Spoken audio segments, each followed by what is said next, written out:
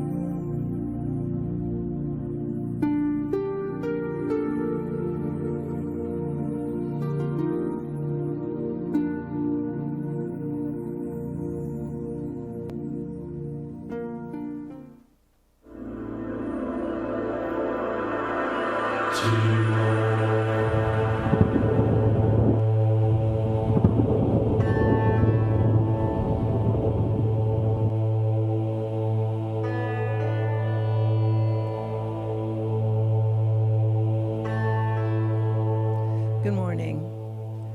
Welcome to this morning's meditation, and welcome to those of you who are watching online. So this morning's meditation is just a blend of spoken word, silence, and beautiful music. So I'd ask you first to look at your phones and see if they are off on the silent mode before we start. And my name is Debbie Little, and I am your practitioner for this morning. So let's just settle in and just relax and take this time as a sacred time for yourself, letting go of everything that has come before you. Just be present in this moment right here and right now. So I welcome you. As you close your eyes and allow yourself to settle comfortably into this space. Gently breathe through your nose and exhale softly through your mouth, releasing any tension or any stress that you might be holding. Allow your body to remember its natural state of calm. You are safe here in this moment, this sacred space. Let your chest rise and fall with every inhale and exhale. Allow your shoulders just to drop as you begin to let go maybe of any doubt, fear, or anything that may no longer serve you in this coming year. Let go of the past. Open up wide to this moment, to this newness of the intentions that we have made for ourselves. So just breathe in slowly and exhale. And sit in this moment, in this quiet space.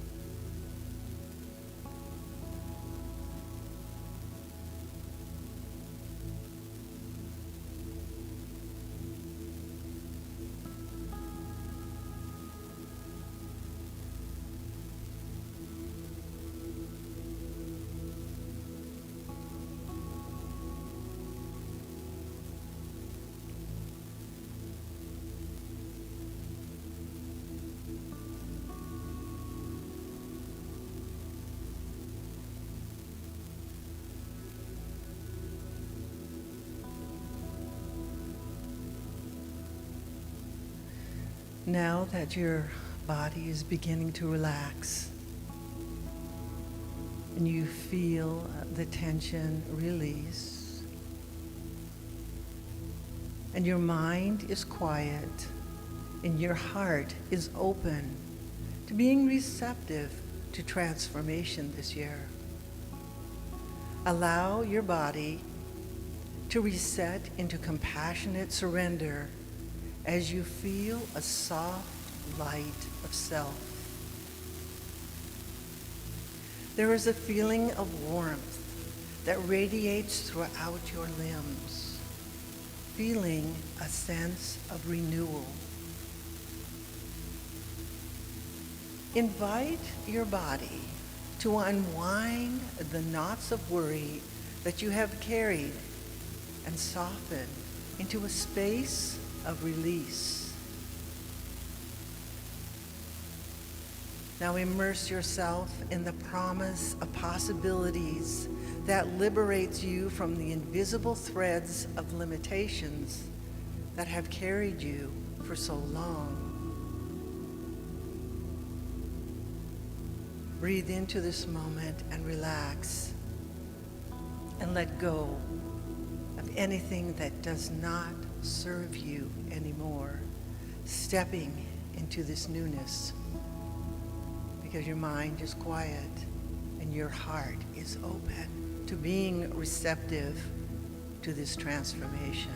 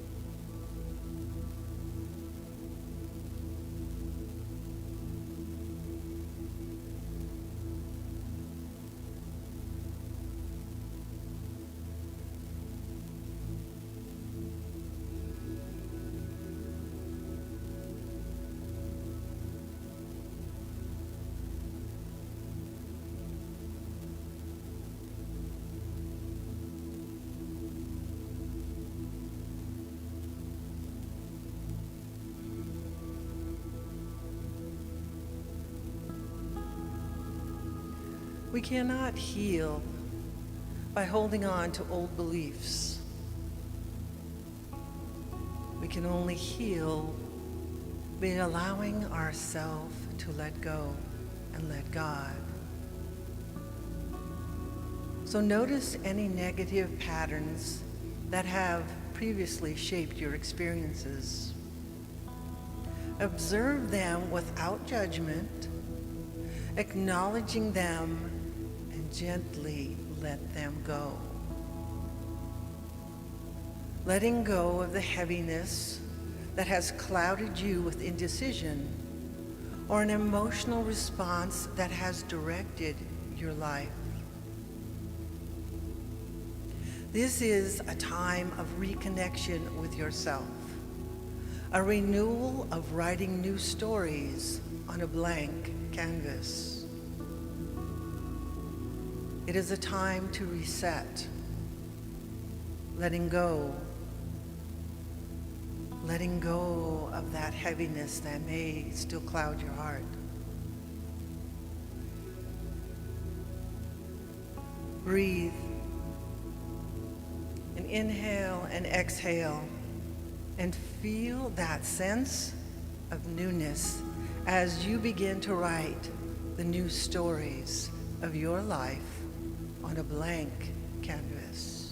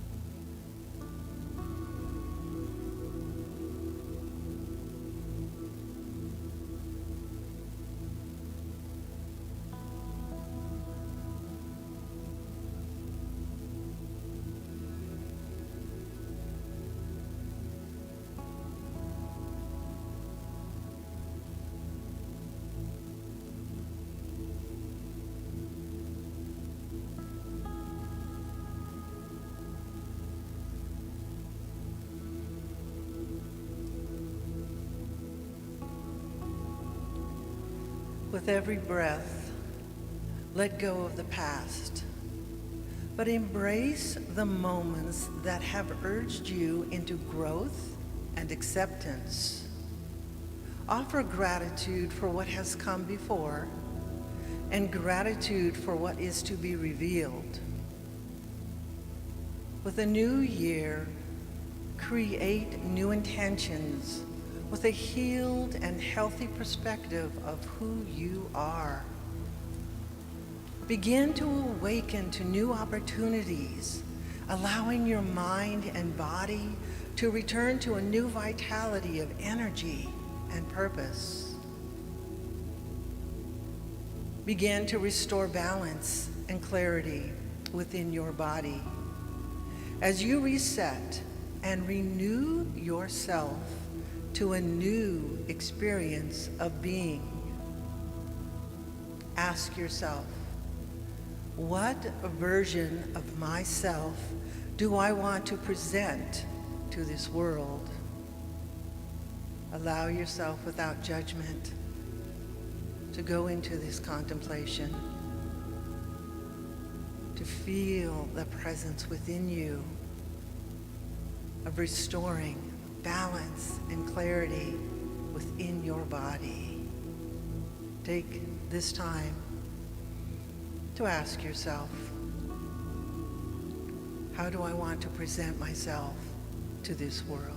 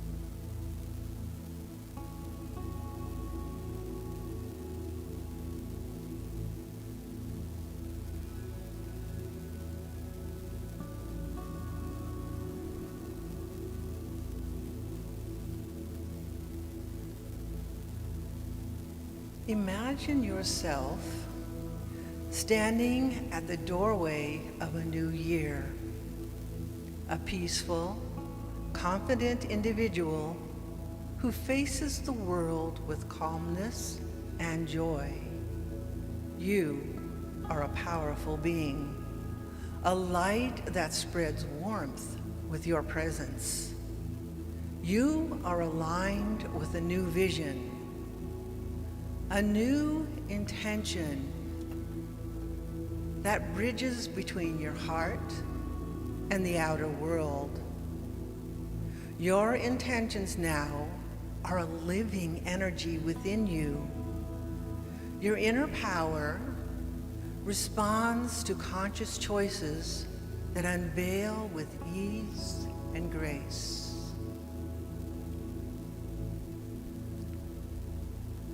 It is time to present yourself with your intentions into this new year, a new beginning, a new reset, renewing, reconnecting, being that magnificent presence that you are, with that light, that warmth of who you are that shines brightly to whoever you come in contact with. Take this moment to contemplate the uniqueness of who you are. Be proud of what you have accomplished. Embrace yourself with love, knowing that this world appreciates your intentions, your love.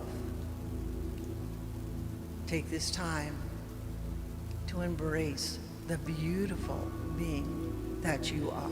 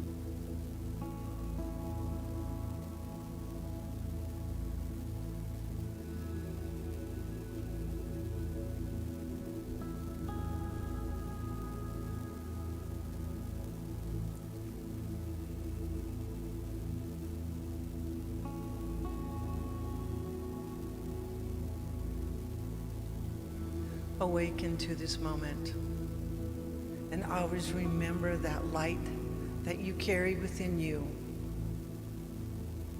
as you spread that warmth and that love and that peace and that confidence of who you are. So right now, let's just take a breath in and a breath out and open our eyes and be present in this moment. Thank you for joining me in this morning's contemplation and meditation. And service will start at 10 o'clock. Thank you.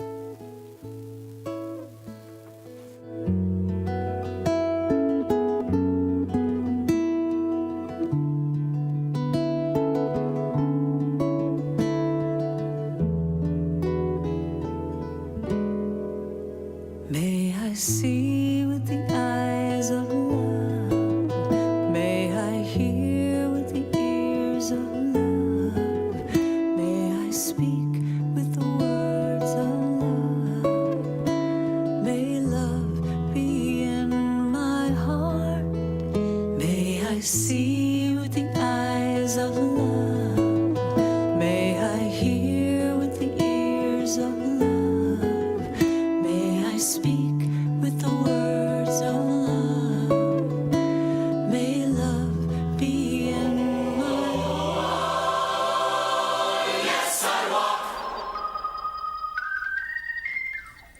in the love of God.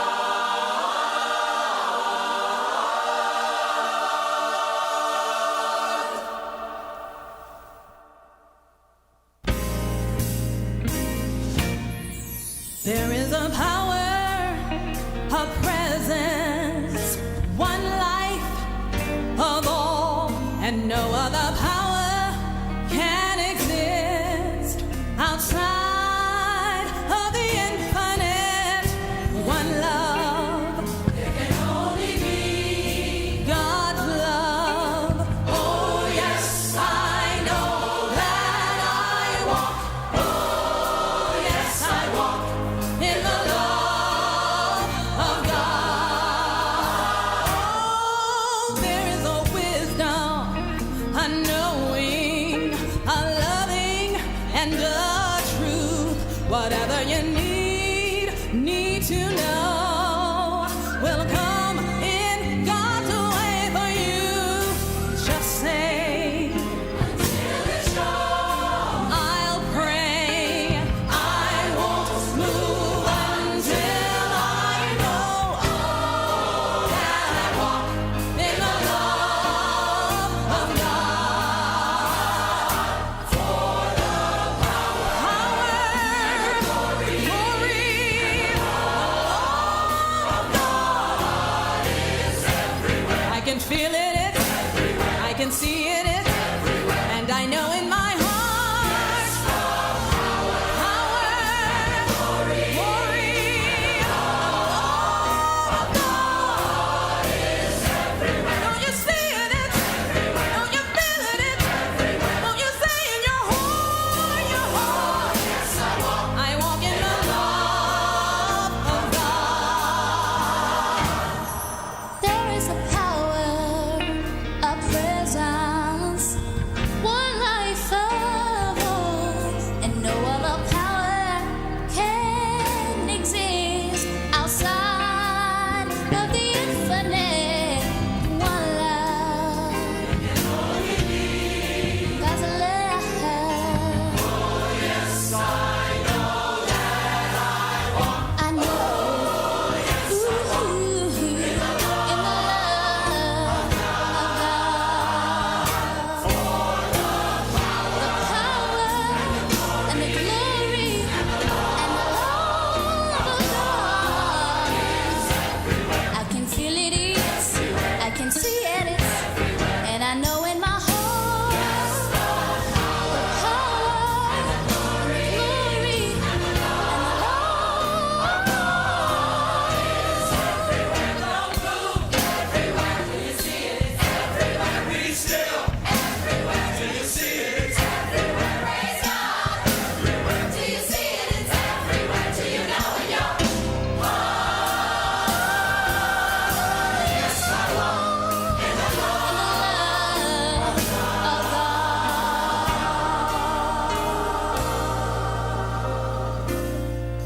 There is a power, a presence, one life of all, and no other power can exist outside of the infinite. One love, God's love. Oh yes, I know that I walk. Oh yes, I walk in the love of God. I walk in the love of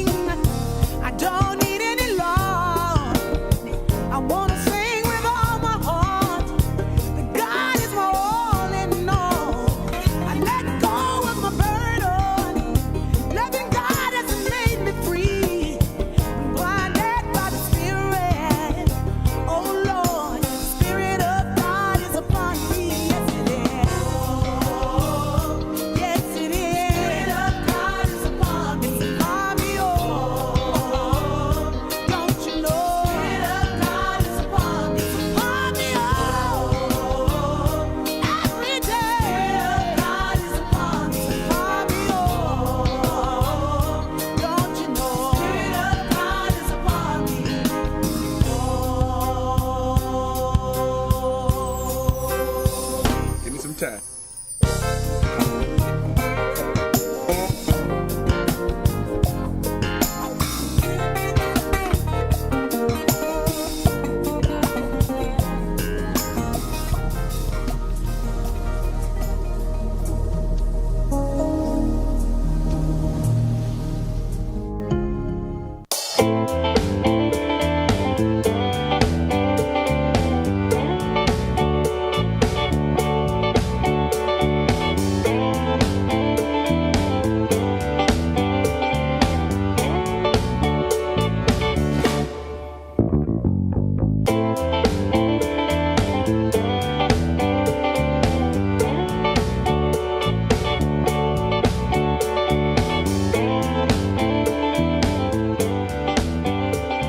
Well, good morning, Center for Spiritual Living, Greater Las Vegas. What a glorious day it is, and Happy New Year.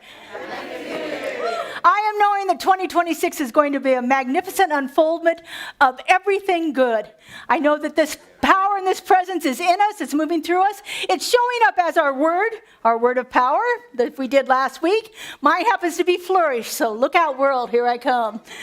I want to welcome all of you here to our center. I saw some new faces as I was dancing around the room, and thank you for finding us, and I would be glad to meet you after service, so stop by. I'll be at the back of the room after the service is over. I'd love to have you introduce yourself and get to know you a little bit better.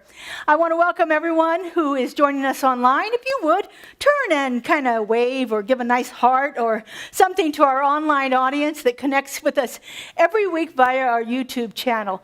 We're so excited to have people joining us in whatever way they possibly can. So we're going to kick it off here with some music. Justin has a new song for us, Holy, Holy. Holy, holy. Holy, Holy. If you'd like to stand, the words are going to be on our screen. Love to hear you singing. All right, here we go now. We are holy, holy, holy. We are holy, holy, holy. We are holy, holy, holy. We are holy. We are holy, holy, holy. We are holy, holy, holy. We are holy, holy, holy. We are holy. Spirit divine, come to me. A feeling love, a healing me. Open my heart, allow me to see beauty and love lives in me. Let's sing now. You are holy, holy, holy. You are holy, holy, holy. You are holy, holy, holy. You are holy. You are holy, holy. You are holy, holy. You are holy, holy. You are holy. Spirit divine, come to me. Feeling love, a healing me. Open my heart, allow me to see beauty and love surrounding me. Let's sing now. I am holy, holy. I am holy, holy. I am holy, holy. I am holy. I am holy.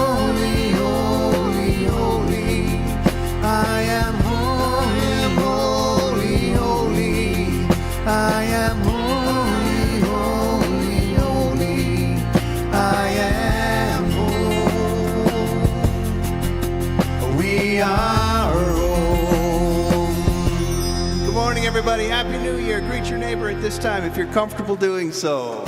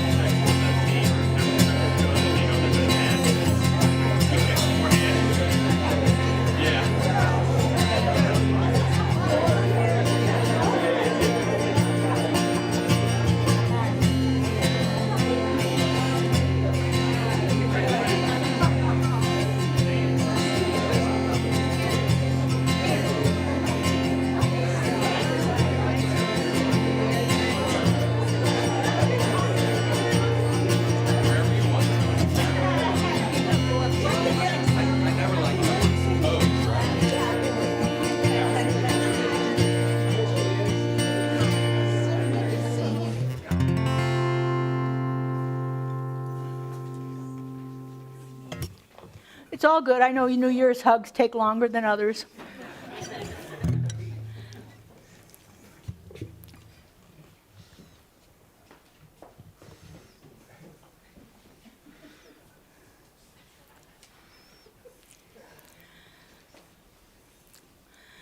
I would like to start off like we normally do here with our practitioner of the day, Debbie Little, giving us our invocation and our affirmation, followed by our wonderful musical artist, Katie Power. Debbie?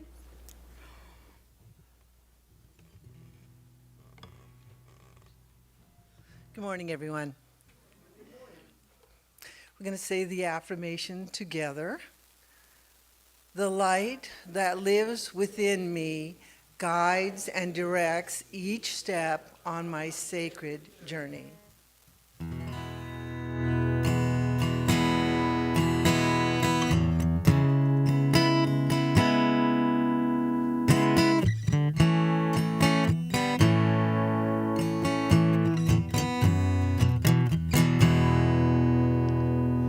Be still and know that I am God. Be still and know that I am. Be still and know that I am God.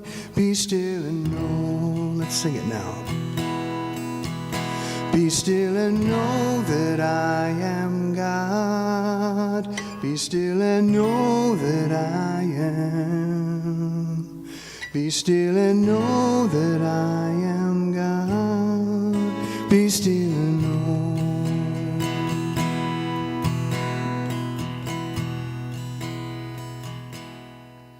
Right here and right now, I feel that presence of God surrounding every individual moving through us, in us, around us, as the unique individuals that we are. And when we go inside and be still, we feel that divine presence within our heart, our soul, our mind. So today we come together as a community into a new year where our hearts are opened and our minds are clear. We're ready to receive. So right now, I just accept this moment, embracing each individual that's here as a community, loving each other. Each individual, yet we are one voice. So we sit and enjoy the service as Spirit speaks through Reverend Laura. We enjoy the music and the notes and the spaces in between. We know that presence of God is within us right here and right now, and so it is. All right, let's sing it now. Be still and know that I am God.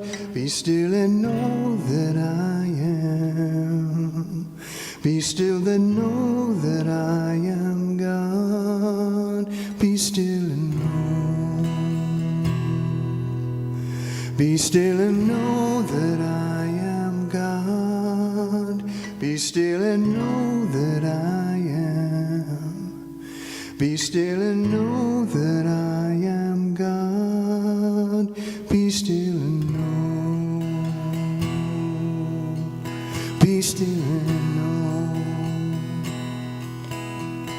Be still and know.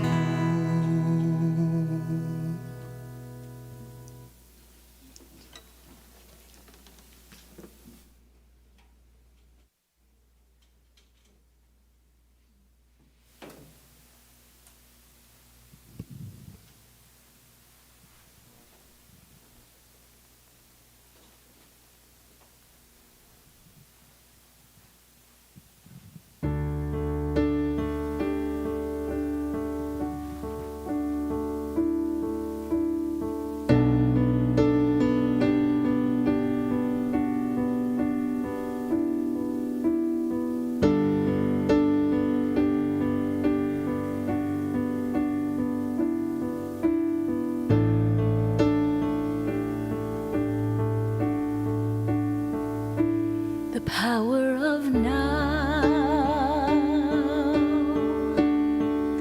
is always present, nowhere to be.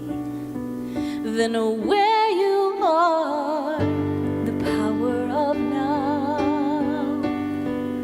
flows oh so gracefully.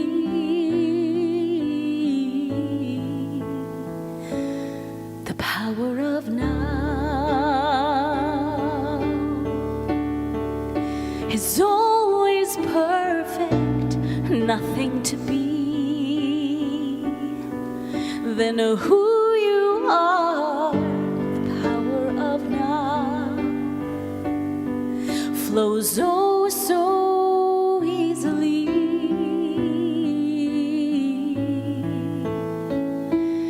Be willing to let go of everything you think you need to know. Oh, be strong enough to let go of everything you think you need to control. Everything goes away. Let everything wash away. The power of now.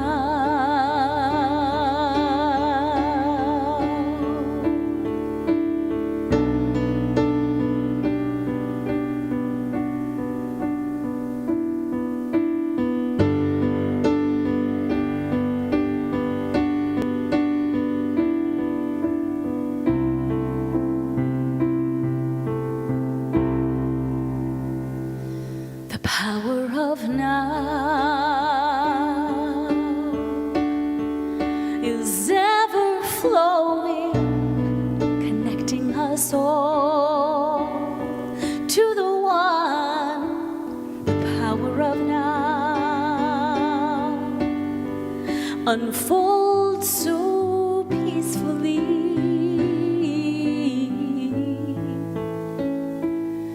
Be willing to let go of everything you think you need to know. Be strong enough to let go of everything you think you need to control. Everything goes away. Let everything wash away. The power of now.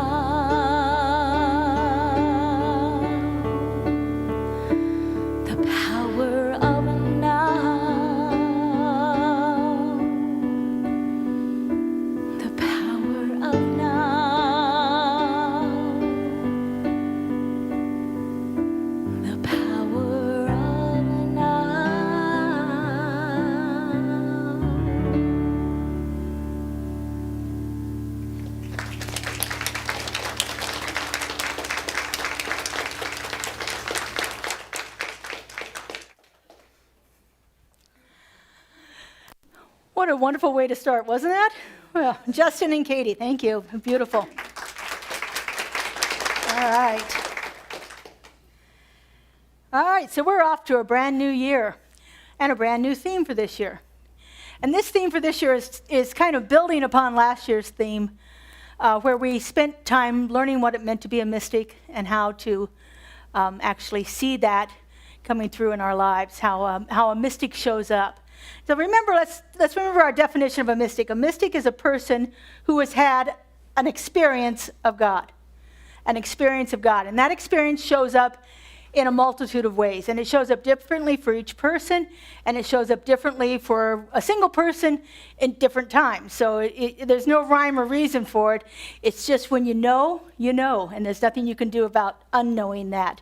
Once you've had that experience, once you've connected in that way with Spirit, and that can come through our prayer, through our meditation, through journaling, through sacred service, through working in your garden, through helping your children, through doing the job that you do.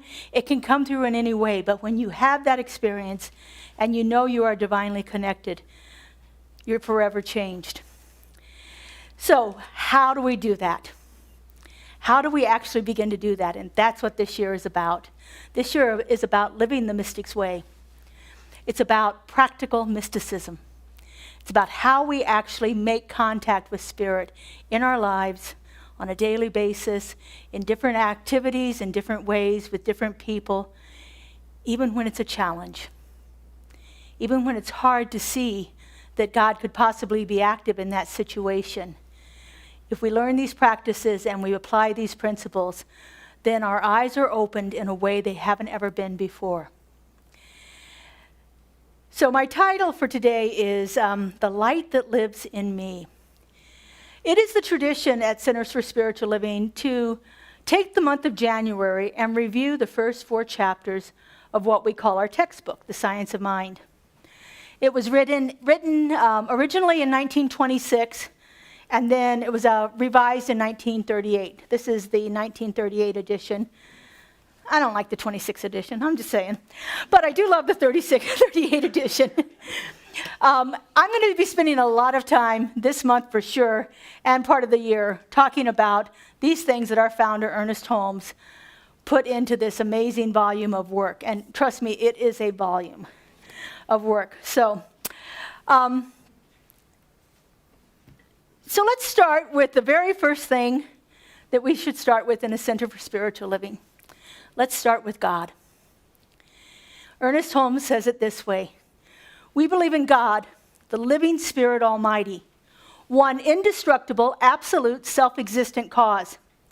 That one manifests itself in, through, and as all creation, but it's not absorbed by its creation. The manifest universe is the body of the living God. It is the logical and necessary outcome of the infinite self-knowingness of God. Now that's a mouthful. But let's take it down and break it down a little bit. God, the living Spirit. It is alive in each and every one of us. It manifests itself through its creation. That's the only way God ever shows up, is through the beings that it has created. It is through the environments that it has created. It shows up through us. There's a saying that I love that comes from a movie, Robin Hood, with Kevin Costner, Morgan Freeman. And Morgan Freeman is sitting there. He's the Islamic slave that is rescued along with Robin Hood when Robin Hood escapes from the prison in the Middle East. And so the merry men are in the forest, and they are being merry men, which is what they did.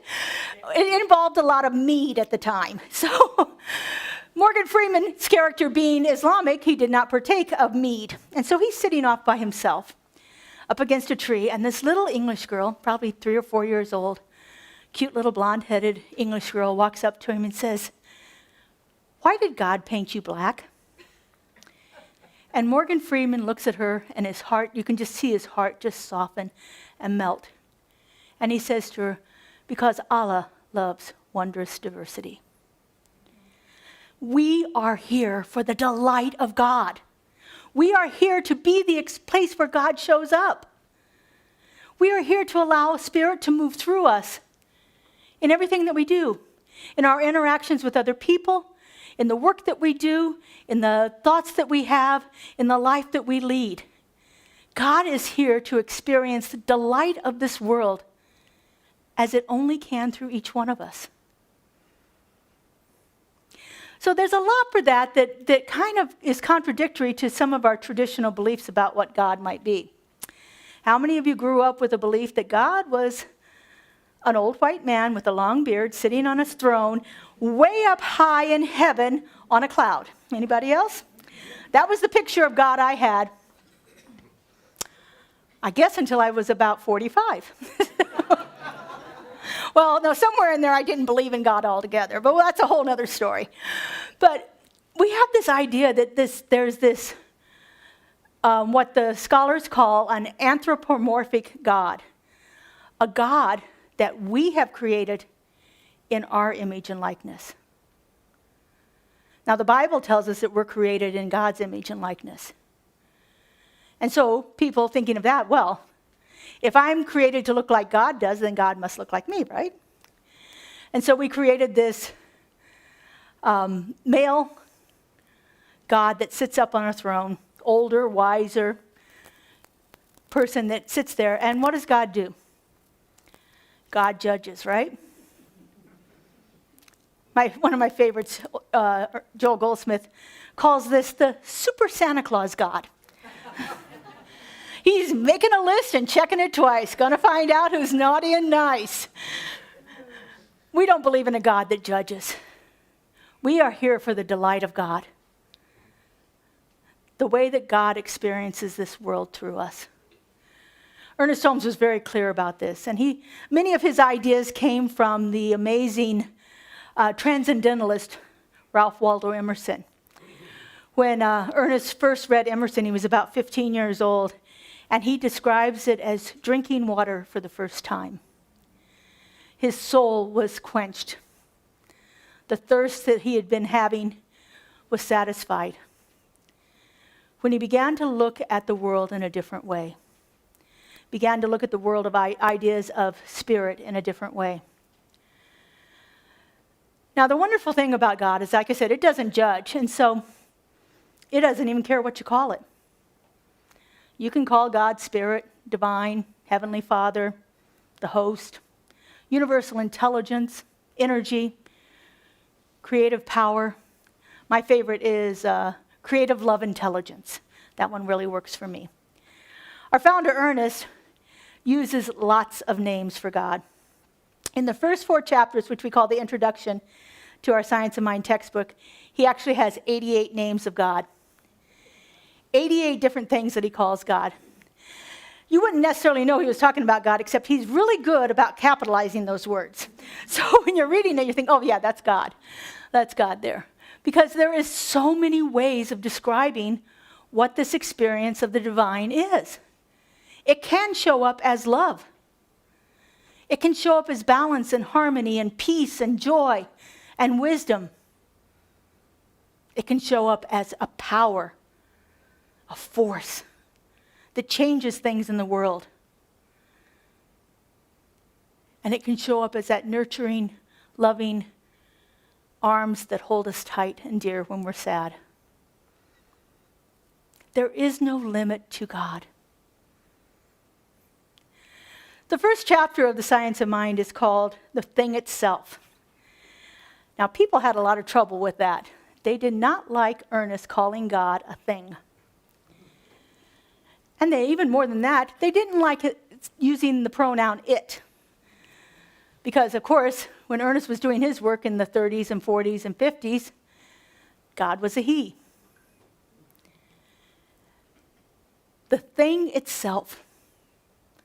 What is this thing itself? What is it that is moving into expression in, through, and as each one of us? The thing itself is how Ernest describes that infinite presence. He believes that it is self-existent, it is self-knowing. In other words, it knows itself through its creation. It is self-expressing life all of the time. He believes that it is the source of all that is. And the great thing is science backs that up. Scientists have proven that at a molecular, subatomic level, everything's the same. There are key elements that make up everything in this world. And so wrapping our head around this idea that every single thing is the same changes the way that we look at the world. He believes it's the intelligence behind all creation. In other words, it's what brought it into existence. Some kind of intelligence had to be operating for this form to bring itself all together and walk and talk and breathe and move and do all of the things that this body needs to do. Imagine the intelligence that goes behind creating something like that. And there are much more complex organisms out there than we are. He believes it is the life that animates all form. All form. Not just the form that we see breathing and moving, but all form. The chair that you're sitting in. The air that you are breathing. The ground that you walk upon. Is all created, maintained, and sustained by this creative love intelligence that is constantly experiencing the world through us. Now, there's a lot of mental science back of this statement, a lot of ways of applying this and bringing about changes in our lives. But there is also a very inherent mystical truth about it too. Ernest had the experience of God. He was a modern day mystic. And so his mystical truth is this: the infinite life expresses itself as us. Again, that's how God experiences the world, is through each and every one of us. Not someday. Not when we improve ourselves. I'm not good enough to be worthy of God, of course. Not when we become spiritual enough. God help us. But us right now, right here, right now, the place on which we stand is holy ground, for God is there. God is sitting in the seat your body is occupying. God is breathing the air that surrounds us in this room.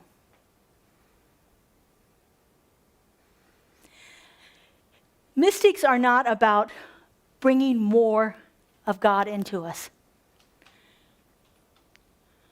We are not looking for that light that is outside of us and trying to bring it in. We are doing what the beautiful poet says: we are opening out a way from which the imprisoned splendor may emerge. Opening out a way where God can experience the world through us.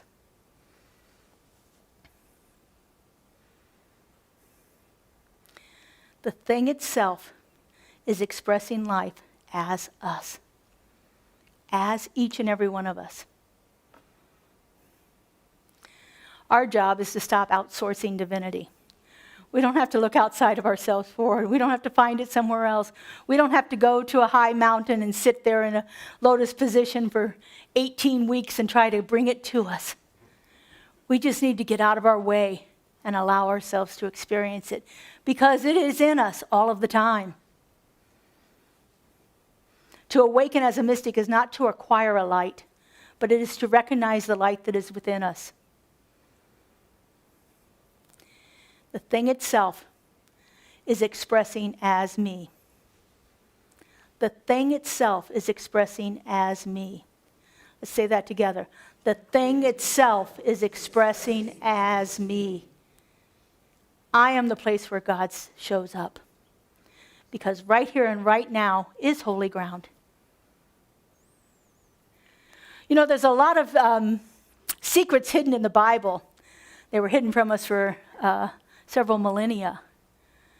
The first one comes from the book of Exodus, where the prophet Moses goes up onto the mountain and in his bold way asks God for what its name is. And what does God reply? I am that I am. Say that. I am that I am. God, I am. There's no mistake in that. It's not some hidden trick of language that the words I am is the name of God. That is a mystical truth.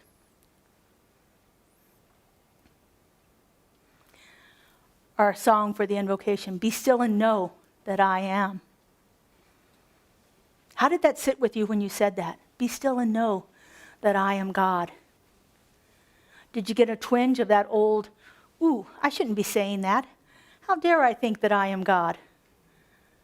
I used to get that twinge. Wait a minute, isn't that a little egotistical? To think that I am God?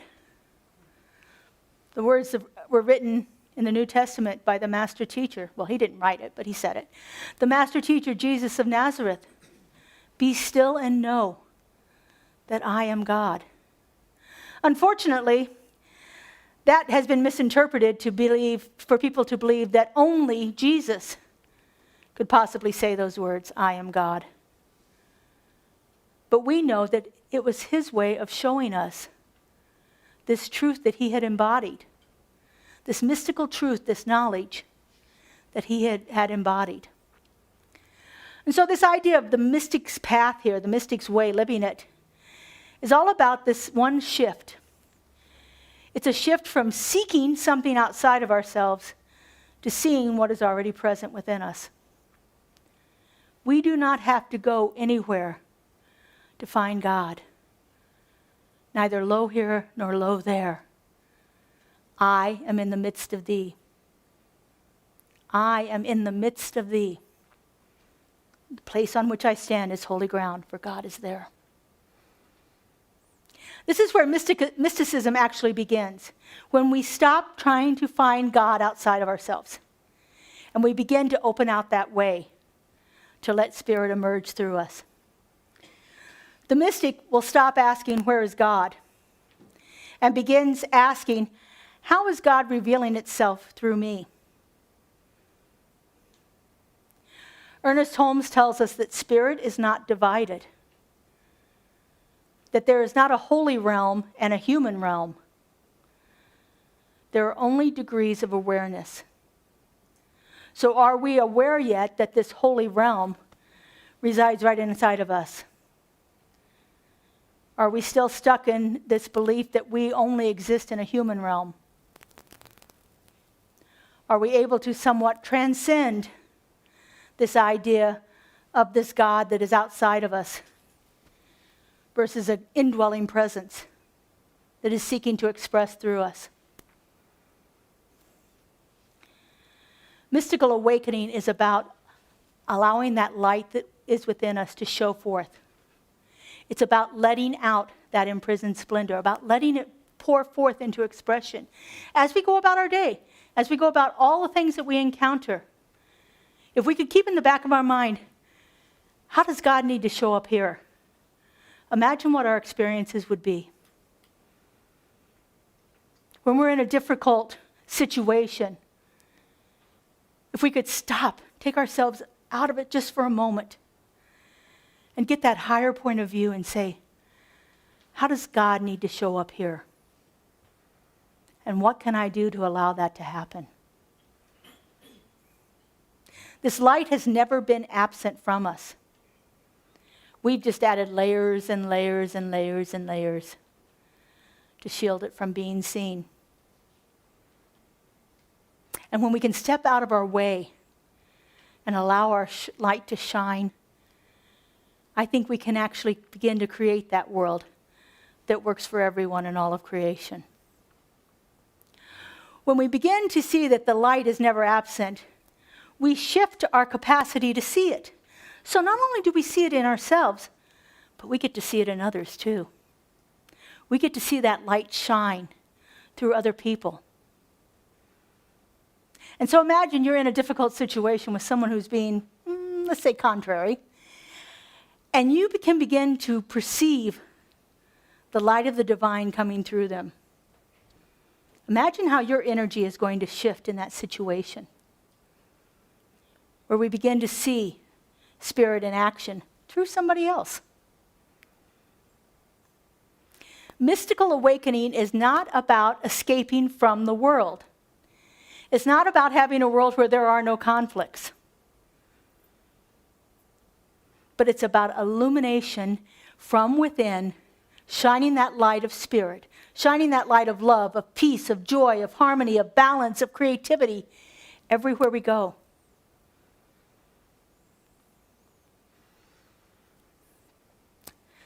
So this living from the inner light, allowing that inner light to show forth. This is done through lots of different ways. One of the people I like to study for my mystical inspiration is Joel Goldsmith. And Joel Goldsmith talks a lot about living from this inner light. He takes us deeper into our spiritual experience than this superficial one that has God outside of us. And Goldsmith was very clear and exceptionally uncompromising about this truth. He was rather radical about it. He said, God is not to be contacted externally. We don't have to go somewhere to find God. We don't have to have an intermediary to help us find God. We find God from within. He believed completely that God could never be persuaded. So don't worry about begging or bartering or any of the things that we do in our traditional prayer to try to get God to work in our life the way we want it to work. God cannot be managed. But God can be revealed. It can be revealed through us. And the practice that we're going to spend a lot of this year on has been given many names by many people.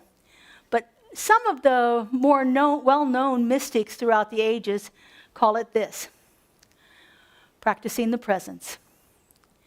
Joel even has a book on it, which is a go-to book for me every year. I read this one every year again, Practicing the Presence. By the way, I'm ordering books for our bookstore, both copies of these books, so if you're interested in them. Of course, they're always available online and in all kinds of versions. So anyway, Practicing the Presence is about revealing Spirit that is within us in all of the situations that we have in the world. There are some wonderful things that we can do, and we've talked about those. I know I've talked about those a lot throughout the years. There are very key things that can remind us to practice the presence. One of my go-to ones is when I get in the car, and I spend a lot of time in the car. When I get in the car, I say to myself, God is the mind of every driver on the road. I am 65 and I have never had an accident, and I don't need to knock on wood for that. God is the mind of every driver on the road. God goes before me and prepares the way, makes the crooked places straight. God remains behind me as a blessing and a benediction to all who come near. I say these things in my head all the time. Occasionally they come out of my mouth and I think, oh, wow, shouldn't do that. Was that my outside voice? So when I walk through a door, that's that God goes before me. That threshold is a key component of that. As we move through this year, I'm going to give you lots of things that you can do to help remind yourself to practice the presence. For those of you that were here last week and made a word of power bracelet with your word on it, to keep fresh before you your moments of high resolve. That's what it is. It's a reminder to practice the presence. It's a reminder why you're here. It's a reminder what your intention is for this year. There are lots of ways of doing that. A simple way is a stone in your pocket. Put your hand in your pocket, you remember the stone, it reminds you of what you're doing here today. Practicing the presence is learning to live from an inner stillness where we can quiet our human mind enough, all that crazy mental chatter that goes on, quiet our minds enough for divine awareness to come through. Because in order to know, we have to be still. In order to feel the presence of God, we have to allow it room to operate. And so stillness and silence is where we most often feel the presence. The mystic learns to trust that inner knowing, that inner guidance that comes through in those quiet moments. We begin to trust them over that outer voice, that outer noise, that outer world that's telling us we need to do something one way as opposed to another way. This is learning to live from spiritual intuition instead of conditioned fear,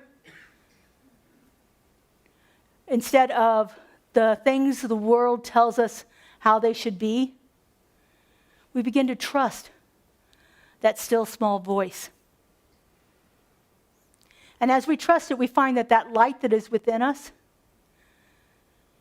it's not usually loud, not often forceful, but it is steady and luminous and faithful and will never lead you astray. So this is all well and good, but how do we actually take this into a real world situation? Yesterday morning, our world faced a real world situation where one superpower decided that it was okay to invade another country and to remove its leaders. Now, I don't know all of the reasons for this. I don't know all the ways about it.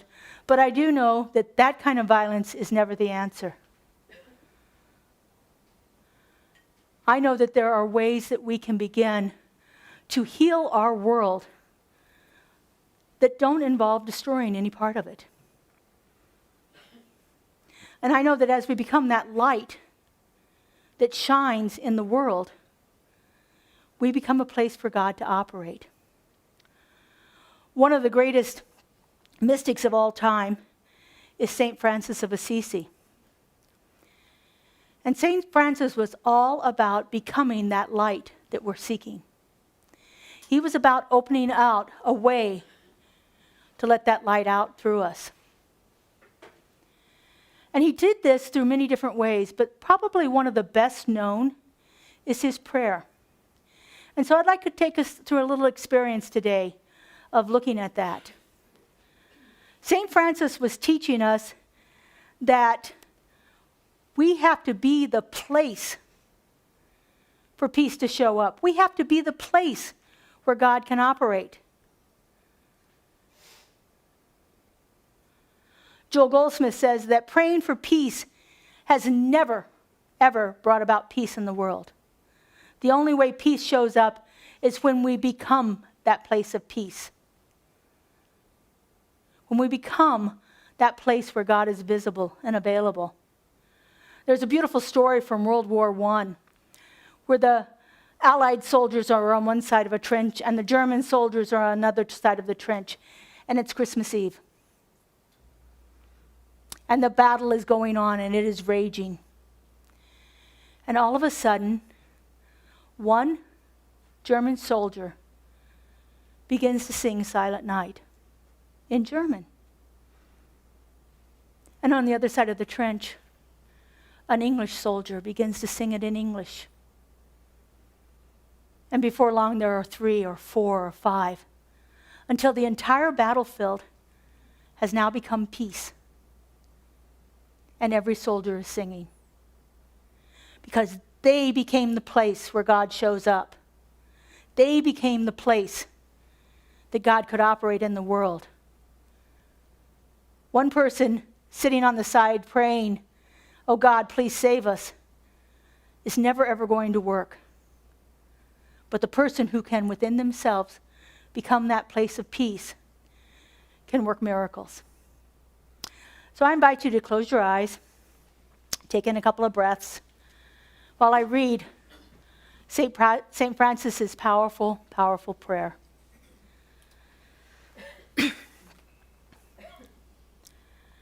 Lord, make me an instrument of your peace. Where there is hatred, let me sow love. Where there is injury, pardon.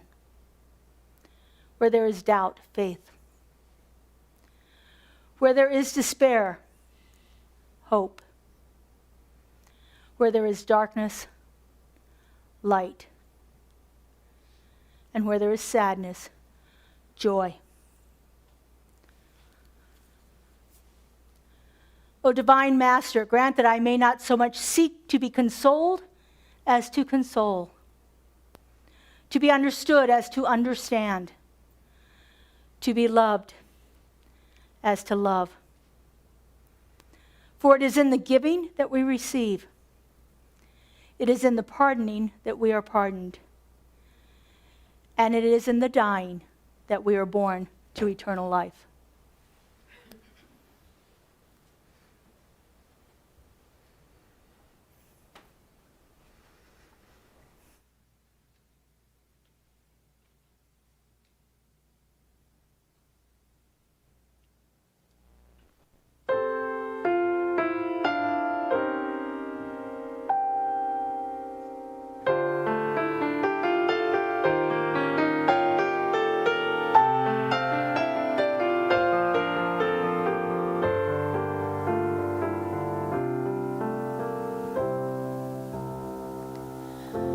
Make me a channel of your peace. Where there is hatred, let me bring your love. Where there is injury, your pardon, Lord. And where there's doubt, true faith in you. Make me a channel of your peace. Where there's despair in life, let me bring a hope. Where there is darkness, only light. And where there's sadness, ever joy. Oh, Master, grant that I may never seek so much to be consoled as to console, to be understood as to understand, to be loved as to love with all my soul. Make me a channel of your peace. It is in pardoning that we are pardoned, in giving of ourselves that we receive, and in dying that we're born to eternal life. And in dying that we're born to eternal life.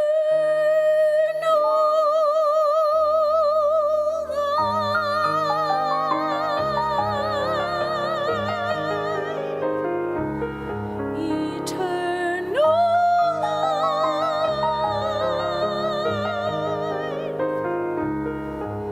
Eternal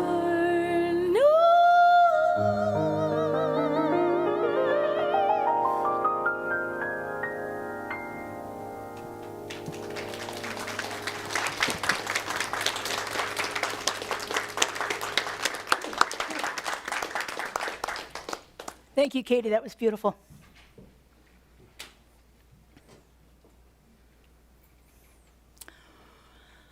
And so let me leave you with this idea. The divine does not show up forcefully. It does not push itself into us. It only shows up when we make ourselves available. And so that's our task for this year, is to find those ways that we can become more available, more open to the impressive Spirit, more a willing vessel to be the place where God shows up. Ernest Holmes teaches this metaphysically. Joel Goldsmith taught it mystically. But this divine does not enter through force, but only through availability.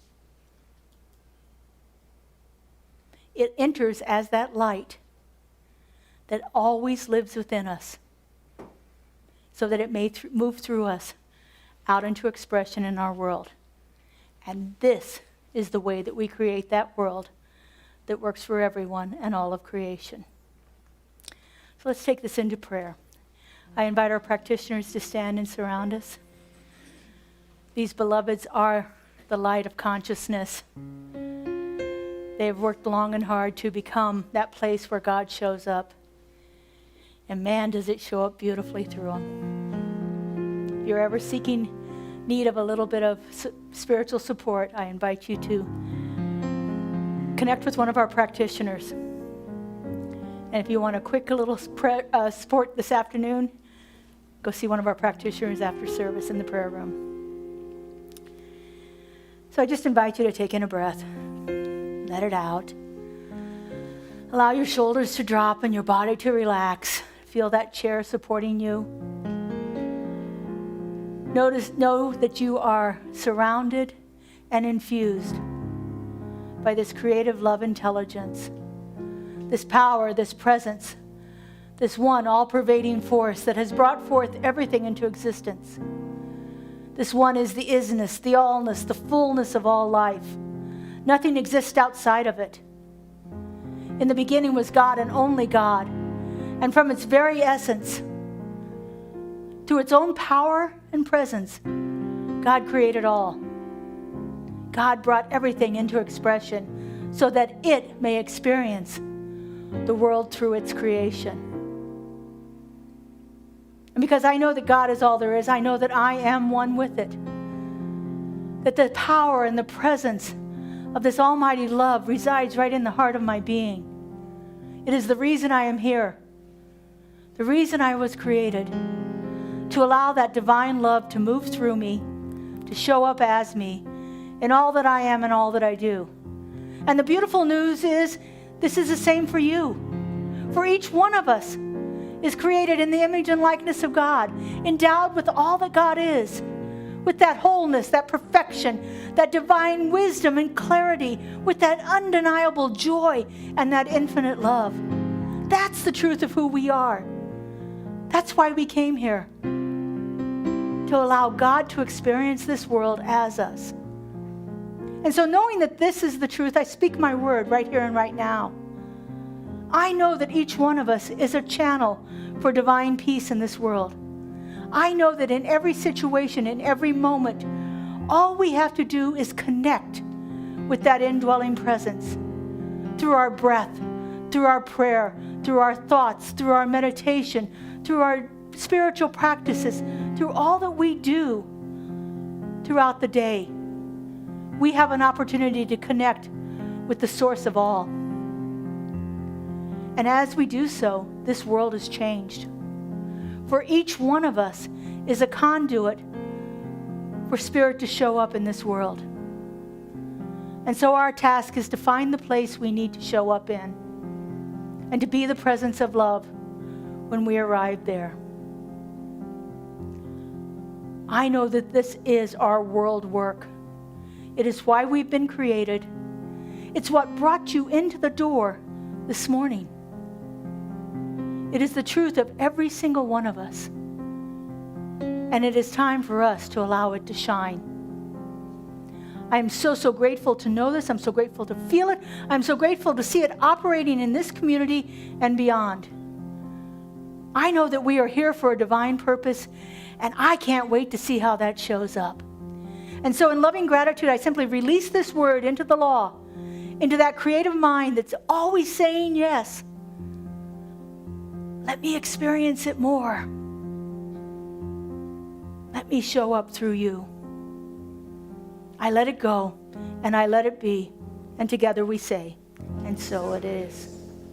I am letting go of the things that no longer serve me. As I'm letting go, God's revealed and I am whole. I am letting go of the things that no longer serve me. me as I'm letting go. God's revealed and I am whole. I am letting go of the things that no longer serve me. As I'm letting go, God's revealed and I am whole.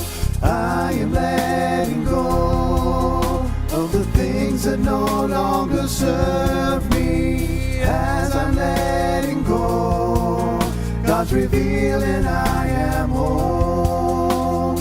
I am letting go of the things that no longer serve me. As I'm letting go, God's revealed and I am whole. I am letting go of the things that no longer serve me. As I'm letting go, God's revealed and I am whole.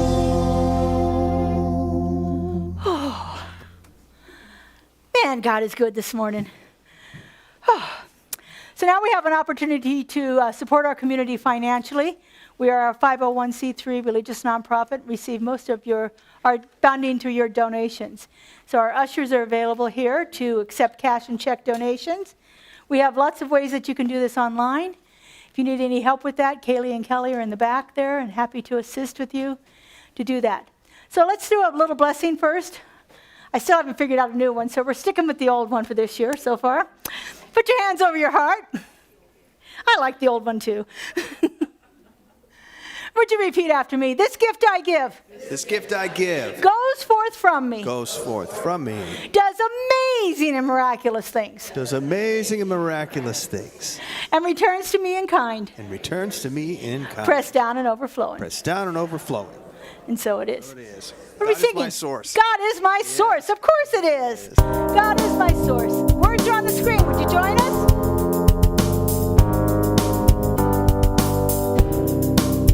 God is my source. God is my power. God gives me everything I need. So I give thanks for all my blessings. God gives me everything I need. God is my source. God is my power. God gives me everything I need. So I give thanks for all my blessings. God gives me everything I need. Love is my source. Love is my power. Love gives me everything I need. So I give thanks for all my blessings. Love gives me everything I need. Joy is my source. Joy is my power. Joy gives me everything I need. So I give thanks for all my blessings. Joy gives me everything I need. Peace is my source. Peace is my power. Peace gives me everything I need. So I give thanks for all my blessings. Peace gives me everything I need. Peace gives me everything I need. And so we just give thanks for everything that we've received here today, for everything that's in consciousness moving towards us. We know that we are infinitely blessed by this creative love intelligence, and it is showing up as our financial good. And so it is. Thank you. Okay, a couple of announcements. First off, you were given a handout when you came in. I've started a new blog. So you're going to get a weekly reflection on whatever the talk is for that week. So more than likely, it's going to go together into a book at the end of the year, but we'll see. On the back of it are the Declaration of Principles, as written by Ernest Holmes in 1927. Somebody asked him, "What is it you believe in?" And so he wrote this. It was published in the Science of Mind magazine, which happens to be one of the most continuously published magazines in the United States. We're going to spend the month talking about many of these principles. I covered the first one today. It's my favorite one. Well, actually, number 3 is my favorite one because I just love the way the words go. There's good words in there, good juicy words. But anyway, so I'm going to give you a handout each week, and this is also going to come out in an e-blast on Mondays. So if you don't happen to be here that day, you'll be able to get it. It's also on our website. We have a blog spot on our website, thanks to our incredible webmaster, Kelly Marshall, who I'm going to invite up right now to tell us about her workshop. Good morning. I am going to stand up here today and tell you how immensely grateful I am for the response that I've received for the workshop this year. I think as I've mentioned it before, this is the 10th time I've done the workshop over the last 6 or 7 years. And the last time I had 24 people was, I think, in 2018. So right now we have 23 people registered. I've got one more spot open. It is this coming Saturday, starting at 10 o'clock. It's about 4 hours long. We're going to be visioning together based on the practice designed by Michael Bernard Beckwith. And I am really excited to do this with this particular group of people because I have so many brand new faces that are going to be joining us, as well as continuing to welcome those who've done this workshop with me before. It is a wonderful, beautiful experience. I hope that you'll consider it. If that one last person signs up today and you still want to attend, we won't turn anyone away. So please feel free to sign up as soon as possible because that form will close this week. If you have any questions, feel free to stop by and see me after the service today. I'm happy to help, and I look forward to seeing all of you who've signed up and those of you who may be considering it as well. Thank you. Great. Thank you, Kelly. I've experienced her vision board workshop several times. Phenomenal. And I think she feeds you too. So, yeah. How much better can it get? All right, we have a class starting today. No, I'm sorry. Class starting on Tuesday. We have a movie today that's going to introduce that. Movies, anybody can stay for the movie. It's only an hour long. This is on the 13th century Sufi poet, Rumi. And it's based on the work of Coleman Barks, who is one of his premier translators. And so if you don't know Rumi, Rumi is the #1 poet in the world. Has been forever. And so he just has. Anyway, very mystical, very powerful. Movie's great. If you'd like to stay, we're going to start it right at 11:15. Well, hopefully 11:15, maybe 11:20. It depends on how quickly I can finish talking here. And we'll get it started right away, and it lasts for an hour. So you're welcome to stay and join us for that. And then you may consider taking the class, which begins on Tuesday, with practitioners Christine Page and Debbie Little. So we have some volunteer opportunities as we kick off this new year. You may have noticed that right now we don't have any hospitality out there. There's no coffee, because I decided I just can't make the coffee as well as everything else that I have to do in the morning. So our wonderful Madge has been out of town for 3 weeks, and so we don't have any hospitality today, but we would love to have a new team to pick up the slack for when she is gone. And, last Sunday I took you through the visioning to ask you to think about how you are here to love, to serve, and to remember. And service is a huge part of it. Service is not about what you're doing for somebody else. That's the sneaky part about service. Service is about what it does for you. It connects you with spirit in a way that you would not believe. It is one of my key practices. It's what got me up here, is the sacred service that I did 20 years ago. Now, that might scare you away. I don't know. But anyway, it's a fabulous practice. And so I have out on the table out there 5 clipboards. One is for hospitality, as I just spoke about. We would love to have some more ushers and greeters. If that appeals to you at all, put your name and contact information on there. At the end of March, we are doing our jazz brunch again. Remember the jazz brunch from last year, everybody? Wasn't it phenomenal? I don't want to do it all by myself this year. So not that I did all last year. I had a lot of help. I shouldn't say that. But we would love to have a crew that starts thinking about it now. And so our jazz brunch is there. We also have just a general events team that we're looking for to help us with lots of different events. And we do lots of different community charity events that go on. This month we're going to do our food drive for Garside? Is it Garside? Yeah, Garside Middle School for their food bank that they have there. We're going to do that again at the end of January. In March, we're going to be doing our book drive again, where we have our used book sale, and we give all of the extra books to this phenomenal organization called Read Nevada, which sells the books and buys books for kids and gives them to them. Wonderful experience there. And so we'll be doing that in March. From Mother's Day to Father's Day, we do our annual sock drive, so those things. And then we'll probably do the clothing drive again next fall, plus the Garside Food Bank throughout the year. So if there's anything that appeals to you there, please sign up. I would love to see everyone sign up at least once. At least one volunteer opportunity there. Some of them are a one-day single thing. You do it and you're done. Some of them are a little more involved. I've also put a place on the sheet if you think you would like to be one of the co-leads for this, somebody who might like to step into that next level of service and actually do a little bit of the organizing there. This is our community. This is our community. And it only works if we all get together and work it. And so I invite you to take a look at the sign-up sheets and find something there that you would like to do. Also, on the table out there is all of last year's lost and found items.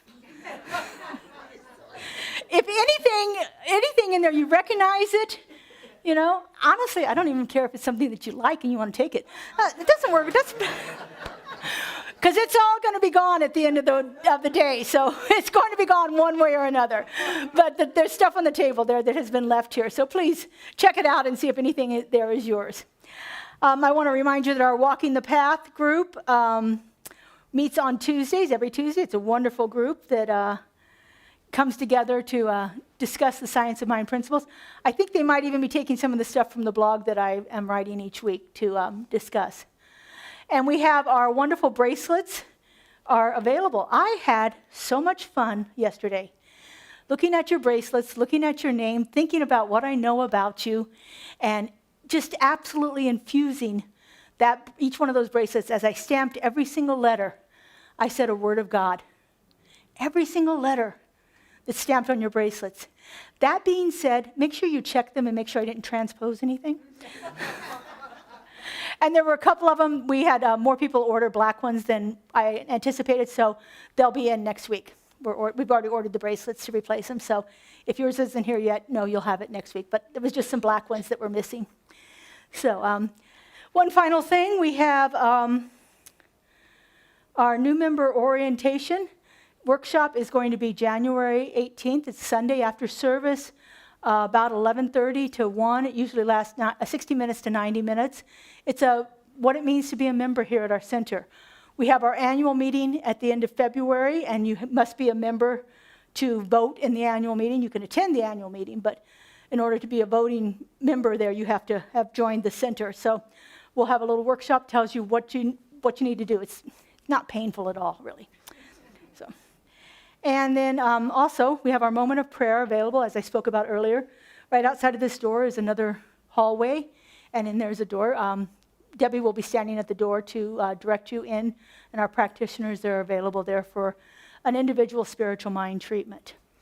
We also need to stack some chairs today, but we don't want to stack all of them. So we're going to leave the first 4 rows just the way they are and stack the back half of the room. So if you're physically able to help us do that, we would greatly appreciate that as support. First 4 rows we're leaving for the movie, so have to have that here. Would you guys stand, please? And if you are so inclined, grab somebody's hand gently.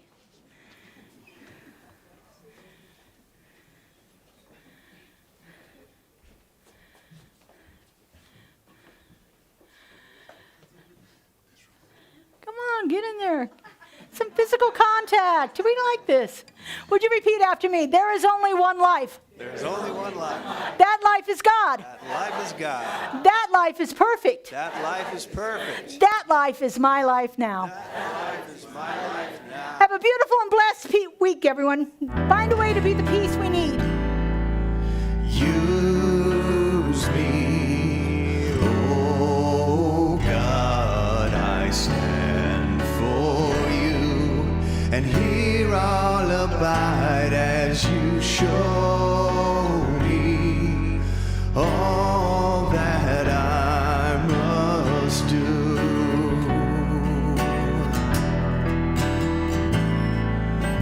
Use me, oh God, I stand for you, and here I'll abide as you show me all that I must do. All right, last time.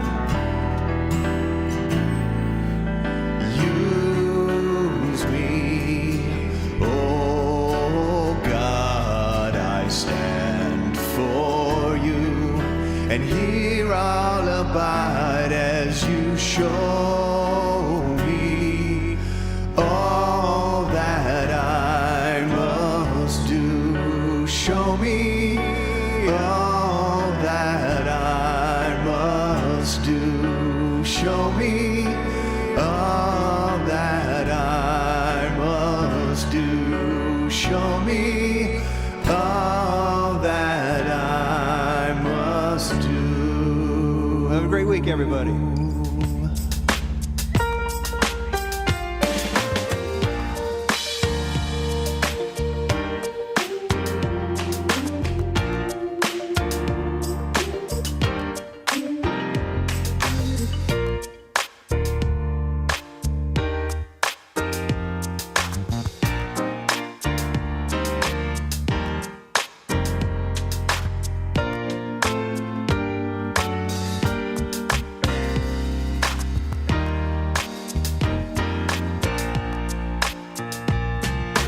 Yes, yes, yes, yes, I say yes.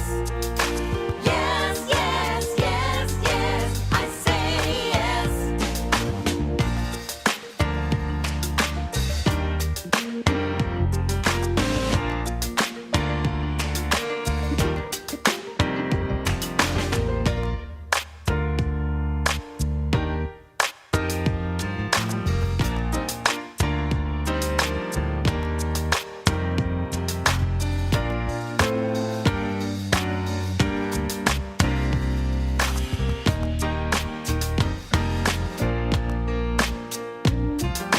Yes, yes, yes, yes, I say yes. Yes, yes, yes, yes, I say yes. So much good, right on time. I can take